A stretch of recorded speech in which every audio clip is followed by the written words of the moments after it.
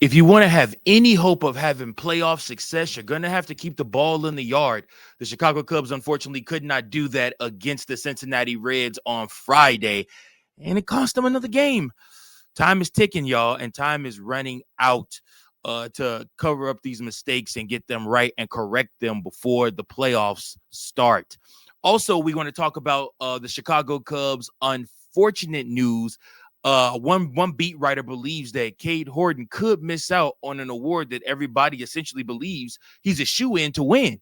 I want to hear your thoughts on that one. And then last but not least, we have to talk about why it is important building good habits heading into the postseason. Let's talk about it.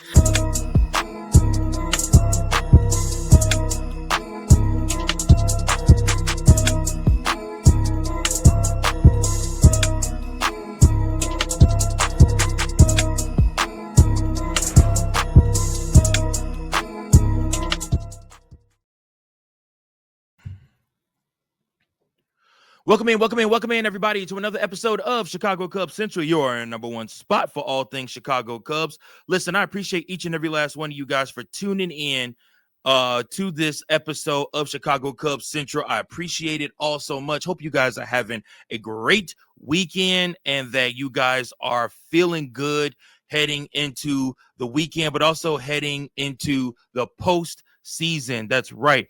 Somebody that should not be feeling good about heading into the postseason is Shota Imanaga. Shota Imanaga is, I have admittedly told you, is probably my favorite player on the Chicago Cubs team this year. I think Shota Imanaga, when he's right and he's looking good, is unstoppable and a heartbeat of this Chicago Cubs team. Unfortunately, Shota Imanaga has not looked right lately for the Chicago Cubs, and he has struggled to keep the home run ball out of play. Now, luckily for Shota, he does not give up a lot of home runs with the with the bases loaded or with runners on the base. But yet and still, a problem that we're having and a reoccurring issue that we're seeing here with Shota is that he is giving up the home run ball. And guys, I'm just going to be completely honest with you. That's not going to play in the postseason.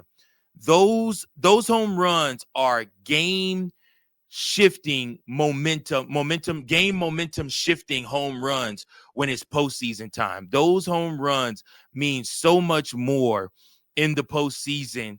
It shifts the momentum, it shifts the tide, and it can either shift it into your favor or out of your favor. And the Chicago Cubs and Shota Imanaga especially has struggled.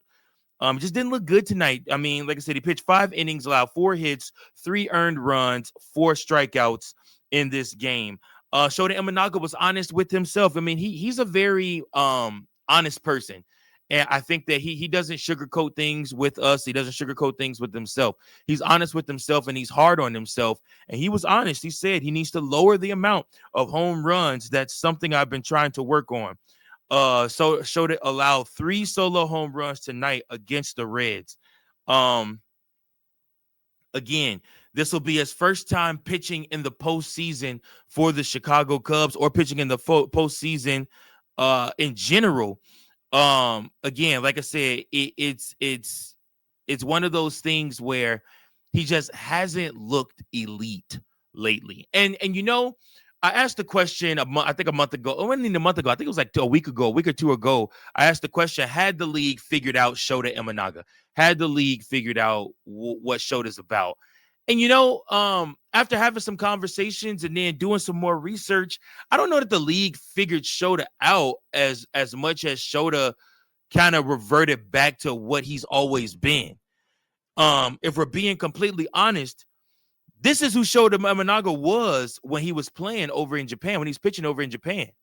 Like he was a fly ball home run pitcher. I mean, like I said, that's just kind of what he was. You know, and that's what he had the tendency to give up, and that's what he had the tendency to struggle with. The strikeouts and stuff came when he came to the MLB because people couldn't catch up with that splitter. That splitter is nasty, and it's still nasty. But if he leaves it up in the zone, and the hitters are reading it coming out of his glove or coming out of his hand, then I mean, he's gonna have a tough night. He's gonna have a tough night. But like I said, Shota has become pretty much automatic 6 innings pitched, with at least 3 earned runs, and usually all 3 of them being like solo shots, But is there a pathway to get Shota Imanaga back to the consistency that we saw earlier this season and definitely last year? I think so. I think adding a new pitch to Shota's arsenal, something that can help him. Now again, Shota's 32, 33 years old. He's an older guy, but I don't think you're ever too old to add a new pitch to your arsenal, something to throw some of these hitters off, something to aid you and to aid that splitter and the high fastball, because they're seeing both of those come off of your glove, out of the glove, and they're hitting it, and they're hitting it far, and it's not staying in the yard. If it was just a routine out, and PCA was catching it or Ian Happ was catching it, things like that, I mean, that's different. It's easy at Wrigley when the wind's blowing in and it's knocking it down. I mean, that's keeping you, in the game, Shota, and that's allowing you to be dominant. But when that wind is blowing out, and if that wind is blowing out during the wild card series at Wrigley, Shota's going to struggle. Shota is going to struggle. He has not been known as a strikeout pitcher. So I don't know that the league necessarily caught up with Shota or figured Shota out. I think Shota regressed back to what he's always been. And like I said, and again, when the wind is blowing out, you have a good chance of hitting a home run against Shota Imanaga. Now, does that mean Shota Imanaga is a bad pitcher? No. He's a consistent pitcher. Does that mean he's an average pitcher? I think he's above average. I still think he's a good pitcher. I just think that, like I said, he is prone to give up a home run here or there with his style of pitching. But if he could come up with another pitch, if him and Tommy Hotovy or his team could get together and come up with another pitch this offseason to really help him, help that splitter pitch, help the fastball pitch. If it's something that he could throw that looks like it's outside of the zone but zooms back in at the last minute, I think that will do wonders for Shota Imanaga pitching for the Chicago Cubs moving forward. And it'll help with that splitter, and it'll help with the high fastball. So, like I said, I think adding another pitch like that will sincerely help him a lot. But with that being said, with this outing for Shota, I've seen all over X and all over Cubs Twitterverse and Instagram and all these other places, people pretty much saying it's a done deal that Cade Horton should be your game one starter. You seen Matthew Boyd, you seen Shota Imanaga, you seen Colin Ray, and like I said, none of them particularly look the best. So they a lot of people feel like you should go Cade Horton for game one. What are your thoughts on that? But when we come back from this commercial break, we're going to talk about Cade Horton and the fact that the award we thought he might be in line for, he might actually get passed up on right after these messages. I have been talking ad nauseum, and I still will continue to talk about the product, the brand that has changed my life and can change yours too.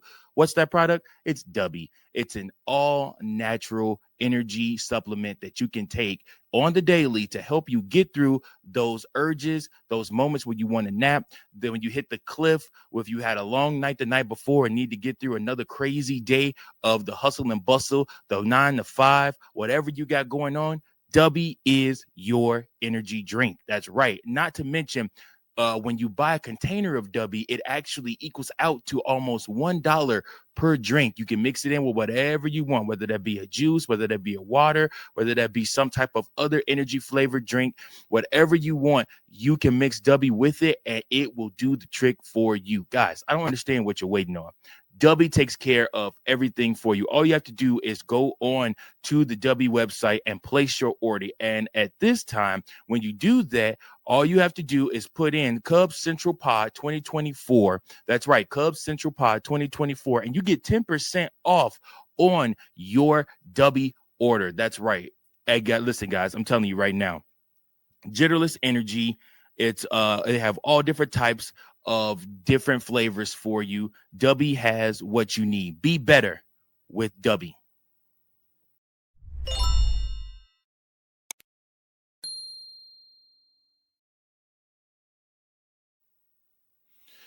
Cade Horton has had a phenomenal second half of the season, leading into what is going to be his first postseason berth, as well as the first postseason berth as a starting pitcher for Shota Imanaga. Matthew Boyd has been here before, pitched in the postseason last year with the Cleveland Guardians. Jameson Taillon has pitched in the postseason before as well. A lot of these guys, Colin Ray's definitely pitched in the postseason before also, but a lot has changed in the time of this happening, and a lot has been said about Cade Horton and his second half of the year. But again, it's one of those situations where a lot of people just have assumed that Cade Horton should be your National League Rookie of the Year, that this award is basically his. However, one pundit that writes for Sports Illustrated, Michael Bronner, stated this, that he does not think that Cade Horton will win the high honor. Now, obviously, his second half, he's put up the kind of numbers which put him in the category not just of elite rookie seasons, but some of the best sustained pitching performances this game has ever seen. Since the All-Star break, Horton has a 0.93 ERA and a 0.79 whip over his last 11 starts, and he seems to just be getting better and better. Despite all of that, though, it still may not be enough to net him the National League Rookie of the Year award. Well, then listen, if it's not gonna be Cade, then who would it be? Well, former MLB general manager Jim Bowden of The Athletic actually is predicting that the nod will go to the Atlanta Braves rookie catcher Drake Baldwin. Now, why would you think that Drake Baldwin would be the rookie, the rookie of the year? Well, according to the Jim Bowden, this is what he had to say. He says, "I have Baldwin edging out Horton to win the NL Rookie of the Year award, mainly because Baldwin was in the big leagues from the beginning of the season to the end. He's slashing 263, 337, 439 with 13 doubles, 16 home runs, and 68 RBIs. He's just been as impressive on the defensive end, excelling in pitch calling, blocking, and framing. Horton should end up in second place based on his strong finish to the season." So listen, basically he's predicting that Cade Horton will get passed up on for this award, even though Cade Horton has a 2.66 ERA with a 1.096 whip, striking out 95 compared to just 33 walks in his 115 innings pitched, with an 11-4 record. Again, he's just been a massive part of his team's success this season. So what do you think? Based off of the numbers and based off what I just said, do you guys think that Cade Horton should still be considered for the Rookie of the Year award, or do you think that it'll end up going to this other guy? So let me know what you guys think. Comment below your thoughts on that. Again, I personally think it should go to Cade, but I could also see a world where Cade Horton gets passed up on this award just because he did not start the season in the majors. It'd be unfortunate because he has been literally the rock of the Chicago Cubs pitching staff since being called up, and he just got better and better and better and better and better. So I'm hoping that he does get the honor, but I also could see a world where they end up passing on him. So I hope that doesn't happen, but who knows? Again, guys, let me know your thoughts on this. Last but not least, I wanted to talk to you guys. The Chicago Cubs only have a few games left in the season, and it's now about building blocks. It's now about building habits. Again, the San Diego Padres keep losing. They lost to the White Sox today. The Brewers lost also today, but the Chicago Cubs just have not been able to gain any ground on them. You have two more games against Cincinnati. Tomorrow, Saturday's game, we'll see Javier Assad go to the mound and pitch against Zach Lytle. Again, like I said, if Javi's right, the game should be fairly close. But if he's giving up that home run ball or big hits, it's going to be a long day. And then Sunday, Jameson Taillon will take the mound, and Andrew Abbott will be on the mound for the Cincinnati Reds. And the Cubs have struggled against Andrew Abbott all season long. So, like I said, that could very well come back to haunt them again, not taking one of these first two games and being able to split this series. But what you want to see is you want to see the Chicago Cubs begin to build healthy habits heading into the postseason. You know you've locked in a postseason spot. Where you'll be, where you'll end up, we don't know. But you know that you'll get a postseason spot. But it's time for you to start building healthy habits and gaining and sustaining success heading into the postseason. You cannot rest on your laurels. You cannot just, roll over and play dead now. Now is the time for you to excel. And now is the time for you to build those healthy habits in the last week of baseball. You got 2 more against the Reds, and then you got 6 more games after that. You can build as many healthy habits as possible. Starting like I said, you got Monday off, then you go Tuesday, Wednesday, Thursday, and then after that against the New York Mets, and then you got the St. Louis Cardinals for 3, and then your season is done. So it's important that the Chicago Cubs begin to build these healthy habits that allow them to be able to have sustained success in the postseason. Otherwise, we're in for a long few games and a short postseason run. But that's my time for today. Listen, I appreciate each and every last one of you for tuning in. Please make sure that you like, share, and subscribe to the pod. Thank you so much. If this is your first time watching, make sure that you subscribe. Leave a message below. Let me know it's your first time watching and that you're enjoying what you're seeing. Also, let us know how we could be better here on the pod. We appreciate you guys so much. Remember, Chicago Cubs Central, your #1 spot for all things Chicago Cubs, and the official voice, the home of the voice of the Chicago Cub fan. Appreciate you guys so much. Until next time, go Cubs, go. Thank you for watching another episode of Chicago Cubs Central, the #1 spot for all Chicago Cubs content. Remember to like, share, subscribe for more Cubs content.